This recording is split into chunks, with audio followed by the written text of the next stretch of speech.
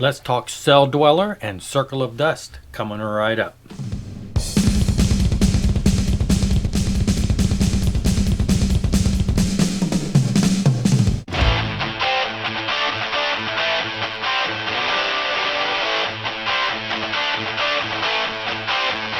So, just the other day, I got in this Celldweller album. Now, who is Celldweller, you might ask?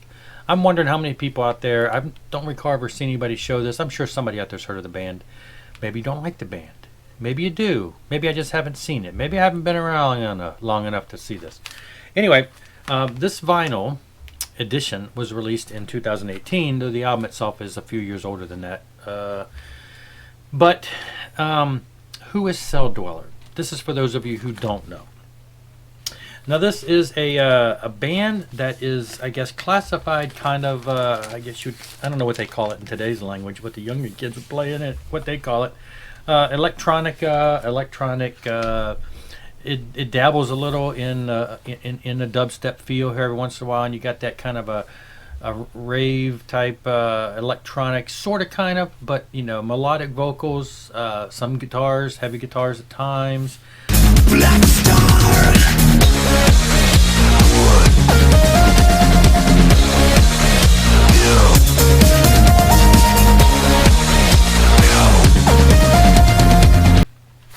This, like I say, just came out in 2018. I had an eye on it. Actually, I looked it up. In a minute, I'll tell you how I turned around and looked into buying this just this past week. I got it for only like $10, $12 shipped because it's got a crease there, a little crease over here. Well, that's the same side. It's kind of torn there. So it's got some cosmetic issues here, whereas the vinyl inside is perfect. Comes with this is Celldweller's Wish Upon a Black Star. Comes with this full booklet type thing with the lyrics and cool spacey pictures. For the most part, as far as the recording goes, Celldweller, to my knowledge, I guess, is still more or less a one-man band. You must have wished on it, because I saw them writing in on a black star. Nice white vinyl. So let's talk Celldweller real quick. Now, Celldweller is headed up by Klayton.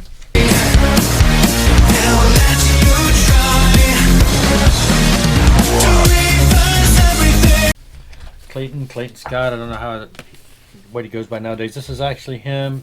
He's got this red hairdo. I don't know who the girl is. But if you go back in time to the late 80s, when it was Mr. Scott Albert was his name, and he played drums for a band called Immortal, and they put out a little demo tape. And they were labeled, they were a Christian band, and so it had a Christian demo, and I had it up until recently. But, you know, and it was kind of thrash. It was the late 80s, it was thrash. Well, after that, he decided that he wanted to have a little more creative control. As a drummer, you don't always have that, unless you're like Neil Peart. But anyway, so he decided to start a new band. But what he did is, you know, he taught himself how to play drums. So then he taught himself how to play some guitar. And then he started kind of dabbling with the guy who played keyboards and learning how to sample and mix and play drum machine stuff on that. And so he started dabbling with a kind of an industrial, guitar-driven, kind of heavy, yet electronic sounding, industrial, noisy, melodic vocal type music. Now at the time, which was about early 90s, it was kind of a new thing. It wasn't something, there's a lot of bands that have kind of dabbled in that since then. But so their band Immortal had already, I guess, from what I understand, gotten the attention of a record label, REX Records. REX Records was a small Christian label headed up by Doug Mann, and they put out, stuff like Believer and a bunch of other bands that were really good. So he had heard of this electronic dabbling and wanted to hear some of the songs, and so Scott sent him some of the songs, and they were blown away, and they wanted to put out an album. So Scott wrote a bunch of more songs on this electronic feel, and in 1992, REX Records put out Circle of Dust. Now, Circle of Dust, maybe you have heard of, because this is a little more known in the harder rock and metal industry genre of people, because it's a guitar driven, somewhat heavy, atmospheric at times, interesting sound samples and stuff, but it's more or less a heavy industrial type band. So this came out and everybody loved it. I loved it, still love it, still one of my favorite albums. Then Doug Mann, the guy who was one of the heads of REX Records, got with Scott and said, hey, I got an idea for something that he wanted to be a part of. And so Doug and Scott got together and they put out something heavier than Circle of Dust by the name of Brainchild, and the album is called Mind Warp.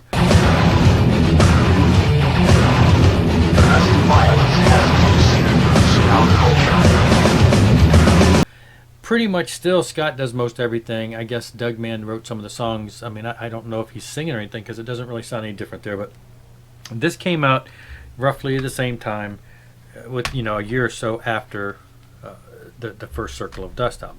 Trade wars, national debt, doomsday, paramount consequence. One system, government, world domination. Well, to avoid confusion and for marketing purposes, it was eventually, when was this? It was eventually, in 1994, a couple years later, reissued under the Circle of Dust name. Now the album is called Brainchild.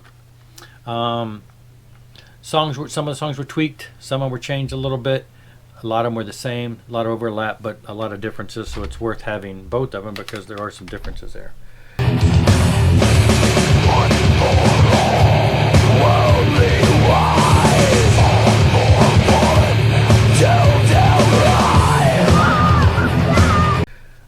And then about a year later, because Scott wasn't necessarily totally thrilled with that first release, to him it was always kind of more his first attempt to do that. It was kind of demo quality at times. The music doesn't sound demo quality. It is nice production, tight, clean.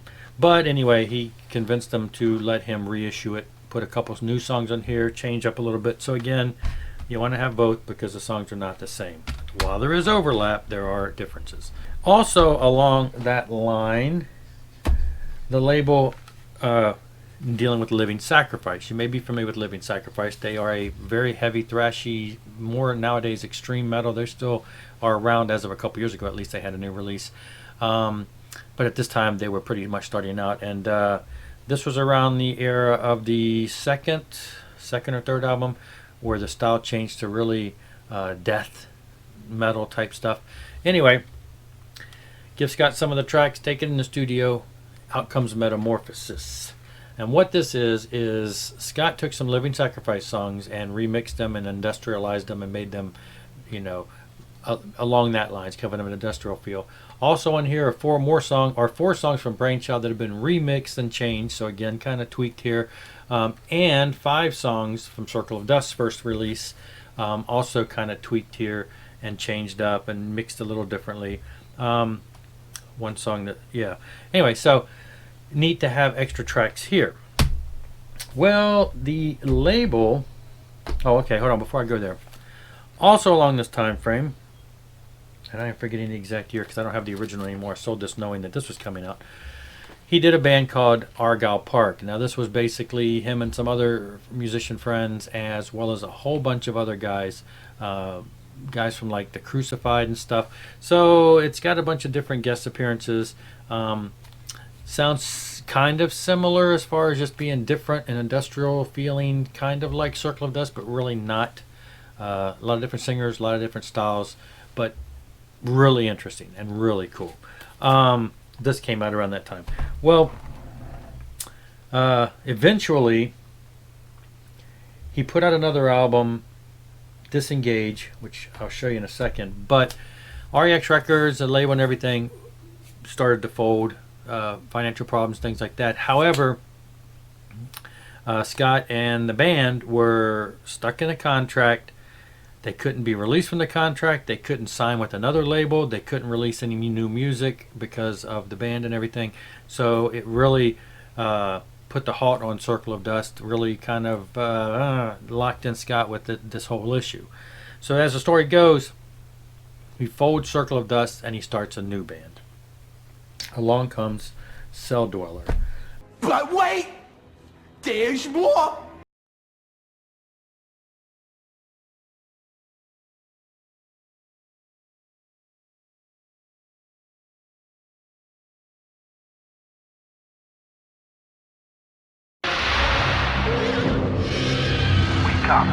Wake up, she said, as darkness set upon his dim life. Wake up, I'm alive alone, a lost soul in a world of... So he came along with this first album. I forget the exact year. This is him here. He's an interesting character. This album, I love this album. It's different than all the other Celldweller albums because at this point he's still kind of searching for a sound that's a little different. But so that it's really a lot more heavier, guitar driven at times. But you can feel the electronica starting to come in a little more. It's a different feel. But this album itself has just got some really groovy songs, some really kicking guitar work and riffs and the melodic vocals and everything. It's got a book just like the other one, really nice book with all kinds of pictures. It's on this nice light blue. So this album comes out and takes the world by storm, I guess you could say. The song off of this that was really popular was Switchback. There's a video and everything that I think I will insert right here. It's too late to look back. I've got the way to switch back. It's too late to look back. I don't care. I've got the way to switch back. Anyway, so this album kind of really hit the ground running, and from my understanding, really set him off onto a good track. Now, this other album would have been the second album. There was a third album that came out a couple years ago, which I do not have on vinyl, but have my eyes on it. And there was a fourth album that came out, I think, in the past year, like just not even 6 months ago. It seems like, unless time flies so much. That album is so different, though. It's really melodic, really different.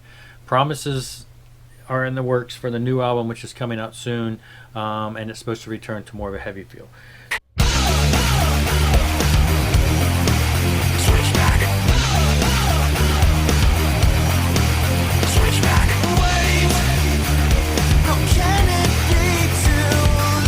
So, Celldweller's new sound is kind of a, like I say, it's kind of a rave type, dance type feel, but not a poppy type stuff. It's still kind of got cool sounds and really kind of chunky heavy. He has then a third band that is even more poppy and electronic, very keyboard oriented, called Scandroid. I hold on to the notion that I just wasn't born to die, buried beneath the motion of life. I never stopped to question why. And that one is like really kind of pop radio, yet it still has some, tweaky type sounds and effects and stuff like that. I mean, like he's done a cover of Thriller by Michael Jackson. He did a cover of Shout by Tears for Fears.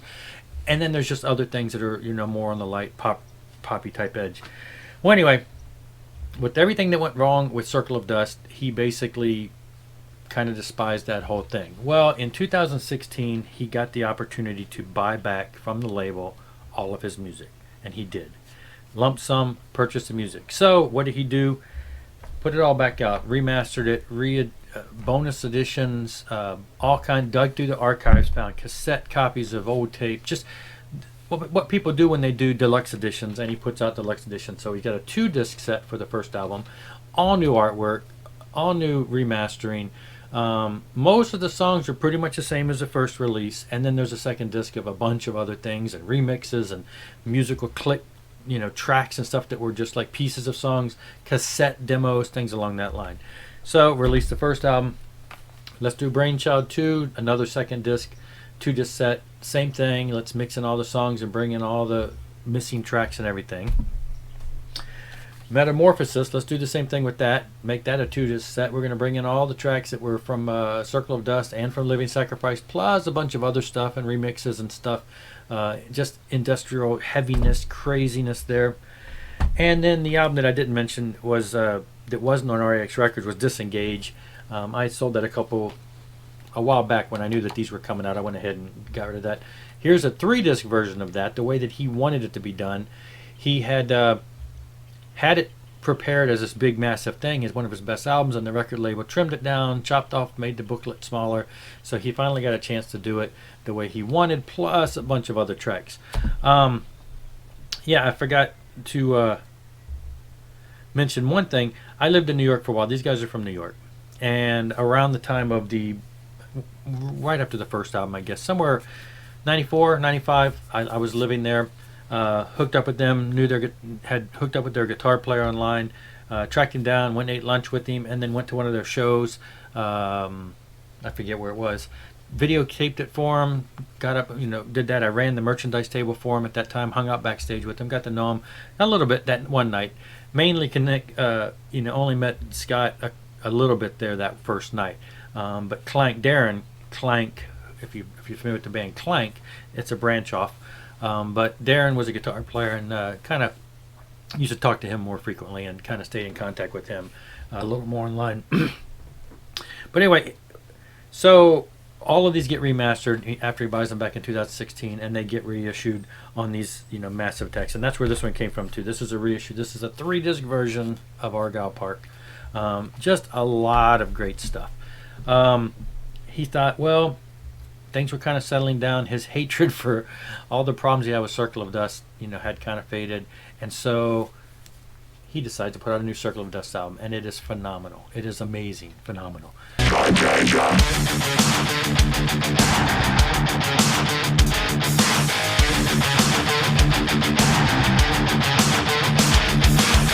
Anyway, so this came out last year, 2016. Okay, man, time flies. And this is a great album, and I'll play a little clip here. Hopefully, it won't get busted for copyright. Transmission of disease. Worship new deities. Contagion. Metastasizing in such a willing host. The real disease has been misdiagnosed. Humanity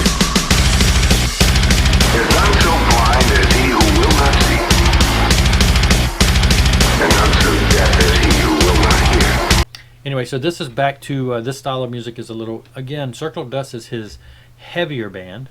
Celldweller is his in-between band that's a lot more electronic and I like it. I just like it. I don't even know how to describe it. There's probably new words for it that I don't know.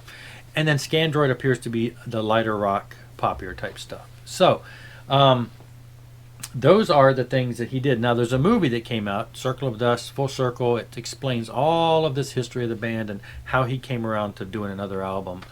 And I was looking it up the other day, and wanted to see how much it was. I was going to buy it on DVD, and saw that it was. Wanted to check the price on Amazon. Found out it was on Amazon Prime. So I sat and watched it last week, and so that's when I decided to look up, what other vinyls are available, and was able to buy that one for real cheap.